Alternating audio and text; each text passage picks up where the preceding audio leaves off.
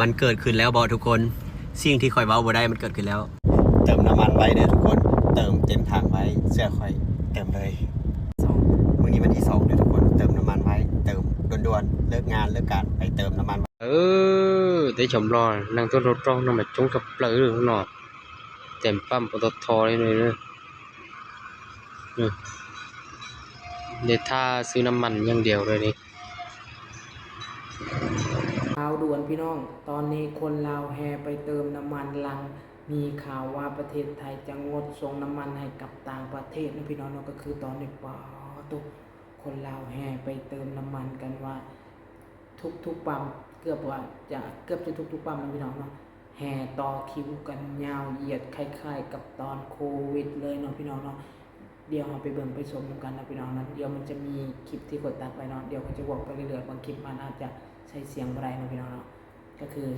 ตอนนี้คนลาวแห่ย้อนยุคไปในตอนที่โควิดอีกแล้วนะพี่น้องเนาะก่อนอื่นก็กราบสบายดีและก็สวัสดีทุกๆคนพ่อแม่พี่น้องเนาะโอเคนะพี่น้องเนาะคลิปนี้ก็จะมาว่าเลยเนาะก็คือตอนนี้คนลาวแห่ไปเติมน้ำมันกันหลายแห่งนะพี่น้องเนาะโอ้โหแต่ว่าอยู่พังไทยเขาก็ยังแบบว่าส่งน้ำมันให้กับประเทศลาวปกตินะพี่น้องบางยังเซ็นคอยเบิ่งข่าวมาก็ยังเซ็นอันนั้นนะระหว่างมุกดาหารกับยังกับสวรรณเขตประเทศลาวเอานะทุกคนแต่ว่าเป็นอย่างคนลาวคือว่าบ่เชื่อปานใดเนาะพี่น้องเนาะทั้งที่ว่าข่าวอยู่ประเทศลาวก็เพิ่นก็บอกมาว่าน้ำมันยังมีพอใช้อยู่นะทุกคนเนาะยังมีเพียงพอที่จะให้ประชาชนได้ใช้เนาะพี่น้องเนาะอย่างเช่นประเทศไทยก็เพิ่นก็ประกาศออกมาแล้วว่าน้ำมันยังมีเพียงพอที่จะสำรองให้ใส่ภายใน60 มื้อหรือว่า60 วันเนาะพี่น้องเนาะแต่คนลาวเฮายังบ่เชื่อเนาะพี่น้องเนาะทั้งที่ว่ารัฐบาลหรือว่ากระทรวงพลังงานยังก็ออกมาแถลงข่าวแล้วว่าน้ำมันยังมีเพียงพอที่จะให้ประชาชนได้เติมหรือว่าได้ใช้ปกตินะพี่น้องแต่ว่าคนลาวในเนาะตอนนี้ก็คือโอ้โหเนาะคล้ายๆกับตอนโควิดเลยเนาะแห่กันไปเติมน้ำมันนะพี่น้องนะแห่กันไปเติมน้ำมันหรือว่าแห่กันไปกักตุนน้ำมันเอาไว้เพื่อมันอาจจะขาดตลาดหรือมันอาจจะพุ่งขึ้นนะพี่น้องนะเนื่องจากว่าคนต้องการหลายแน่นอนนะพี่น้องถ้าคนต้องการหลายมันก็จะพุ่งขึ้นเนาะอย่าบอกนะประเทศลาวเราจะย้อนกลับไปในช่วงโควิดอีก2021ด้วยเนาะตอนนี้ก็2026แล้วอ้าวเฮ็ดจังได๋นะทุกคนเนาะเฮ็ดจังไดเนาะพ่อแม่พี่น้องบัดนี้เนาะโอ้โหข่าวใหญ่ข่าวด่วนเลยแหละบอกเลยงานนี้เนาะถ้าเป็นแบบนี้เนาะคนลาวเฮาเตรียมรับมืออีกเนาะข่าวของน้ำมันแพงสินค้าทุกอย่างนำเข้าจากประเทศไทยเนาะถ้ามันขาดตลาดแน่นอนสินค้าแพงแน่นอนเนาะถ้าสงครามยังบ่จบนี่ก็คือคนลาวรับสภาพบ่ว่าจะเป็นราคาราคาของทุกอย่างเลยว่าง่ายๆซะเนาะพี่น้องเนาะว่าง่ายๆเนาะมีหลายอย่างเลยที่เฮานำเข้าจากต่างประเทศหมดเช่นส่วนหลายก็สินค้าจากประเทศไทยนะถ้าประเทศไทยขึ้นราคาประเทศลาวเขาก็ต้องขึ้นราคาเป็นเท่าตัวหรือเกินเท่า2 เท่านะพี่น้องโอ้โหบอกได้เลยงานนี้คนลาวเตรียมรับมือได้เลยเนาะ ถ้าสงครามบ่จบนี่เนาะพี่น้อง เตรียมรับมือได้เลยเนาะบ่ว่าจะเป็นพลังงานบ่ว่าจะเป็นอีหยังก็ข้าวของเครื่องใช้อีหยังต่างๆนี่แหละเนาะพี่น้องเนาะเงินเดือนก็ถือว่าจากเมื่อก่อนก็ปรับขึ้นเรื่อยๆเนาะแต่สิปรับส่ำใดค่าครองชีพมันก็ยังแพงขึ้น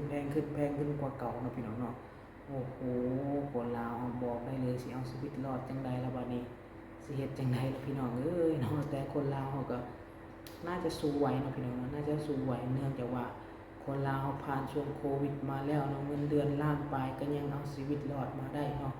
นับไปซะยังอันนี้เงินเดือนก็พุ่งขึ้นมาตั้งว่า 2-3 ล้านเนาะบางสถานที่นี่ได้เป็น 4-5 ล้านพุ่นแล้วเนาะนับไปซะยังตอนนั้นเนาะตอนนี้ก็น่าจะผ่านไปอีกเนาะแต่ถ้าเป็นผ่านไปนี่ก็คือน่าจะหลั่งเข้ามาประเทศไทยอีกแหละหลั่งไหลเข้ามาต่างประเทศอีกแล้วเนาะพี่น้องเนาะหาเวียกเฮ็ดงานทำต่างประเทศอีกแล้วคนลาวเนาะบางคนนี่เนาะโอ้น่าเห็นใจบางคนนะที่ว่าจะเอาลูกเอาผัวจะเอาลูกเอาเมียบางคนนะพี่น้องต้องได้เจอกับค่าดองที่แพงและค่าคำที่มันแพงขึ้นเนาะคำตอนนี้อยู่ประเทศไทยก็เห็นว่า 80,000แล้วเนาะเห็นว่าสิ80,000กว่าๆแล้วอยู่พังลาวก็สิประมาณ60 ล้าน70 ล้านแล้วมั้งสิเข้า70 ล้านแล้วมั้งถ้าตกเป็นแสนบาทเนี่ยรับรองอยู่ลาวปาไป80 ล้านแน่นอนเนาะโอ้โหมันแต่คำแต่งดองอยู่ประเทศลาวนี่ต้องขั้นต่ำนี่ต้องมีแบบว่าคำ1 บาทนะแต่ละหมู่บ้านแต่ละครอบครัวนะถ้าเวลามีงานดองนะคือทางพายิงจะเรียกร้องจากหรือว่าเรียกร้องจากพ่อแม่ภายซ้ายนี่จะคำ1 บาทเนาะแต่ปกตินะแต่ในยุคปัจจุบันเนี่ยยังจะ1 บาทอีกบ่หรือว่าจังไดเนาะแต่ถ้า1 บาทนี่บอกได้เลยทางเจ้าบ่าวนี่ก็อักเลือดแน่นอนเนาะเพราะว่าบาทนี่ก็เกือบเท่าไหร่นะ60 ล้านแล้วมั้งเดี๋ยวนี้เนาะ60 กว่าล้านแล้วมั้ง60 ล้านตีกลมๆนะพี่น้องเนาะโอ้โหบอกได้เลยเนาะคนในโรงงานนี่ก็มีหมู่ที่รู้จักเนาะกำลังแบบว่าสิแต่งรองเดือน4เลยนะแต่ว่าคำยังบ่บันไดเนาะเพิ่นว่าอนุโลมให้ว่าจ่ายเท็อันนั้นก่อนเทอละหน่อยก่อนเนาะประมาณนี้เนาะทุกคนเนาะโอ้โหบอกได้เลยถ้าผู้ใดที่สิเอาเมียเอาลูกเมียตอนนี้หนักเลยเนาะหรือว่าเขาสิปรับลงอีกบ่นั่นเนื่องจากว่าบาทนึง60 ล้านเนาะแล้วจะสิปรับอีกบาทนึงให้เหลือแต่30 ล้านจังซี่ซะเนาะตามยุคตามสมัยเนาะปรับเปลี่ยนเนาะแต่ถ้าเอา1 บาทเนี่ยโอ้โหทางภายซ้ายนี่บ่ไหวแน่นอนในค่าของชีพในยุคปัจจุบันนี่พี่น้องเนาะข้าวของนี่ยังแพงเนาะบอกได้เลยค่าของชีพแพงค่าแห้งถูกนี่แต่คนลาวก็ยังดีนะที่เอาชีวิตรอดมาได้เนาะพี่น้องเนาะต่อไปนี่ก็น่าจะเอาชีวิตรอดได้คือกันเนาะอันนี้เพิ่งแค่เริ่มมือเดียวเองนะพี่น้องเนาะประเทศไทยประกาศจะงดแค่มือเดียวแต่ว่าคนลาวนี่เริ่มตื่นตัวแล้วเนาะเริ่มตื่นตัวแล้วแต่